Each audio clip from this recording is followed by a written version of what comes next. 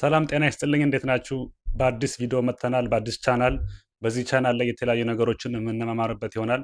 ወደ አሜሪካ መምጣት ላሰባችሁ አሜሪካ ከመጣችሁ በኋላ ምን ነገሮችን ያጋጥማሉ፣ ምን ነገሮችን ቀድማችሁ ማወቅ አለባችሁ የሚለውንም እንዲሁም ደግሞ ወደ አሜሪካ መጥታችሁ አዲስ ስለሆናችሁ እዚህ ላይ ምን ማድረግ አለብን የሚለውን ነገር፣ እንዴት ሶሻል ሴኩሪቲ ይወጣል፣ እንዴት ግሪን ካርድ አፕላይ እናደርጋለን፣ እንዴት ባስ ትኬት እንይዛለን፣ እንዴት ትሬን እንጠቀማለን፣ ኑሮ በአሜሪካ ምን ይመስላል፣ እንዴት ነው የኑሯችን ሁኔታ፣ ቤት ለመከራየት ምን ያስፈልገናል፣ እንዲሁም የተለያዩ ነገሮችን ለማድረግ በአሜሪካ ውስጥ ምን አይነት ነገሮችን ማካሄድ አለብን የሚለውን ነገር የምናይበት ቻናል ነው።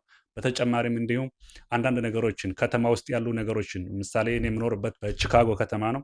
በቺካጎ ላይ ምን ነገሮችን ማየት አለብን፣ ማወቅ አለብን፣ የሚያዝናኑ ነገሮች ምን ናቸው፣ ፈታ የምንልባቸው ቦታዎች፣ የተለያዩ አካዳሚዎችን፣ የተለያዩ ነገሮችን የምናይበት ቻናል ነው። ከእናንተ የሚጠበቀው ሰብስክራይብ ማድረግ፣ ላይክ ማድረግ ኤንድ ኮሜንት ማድረግ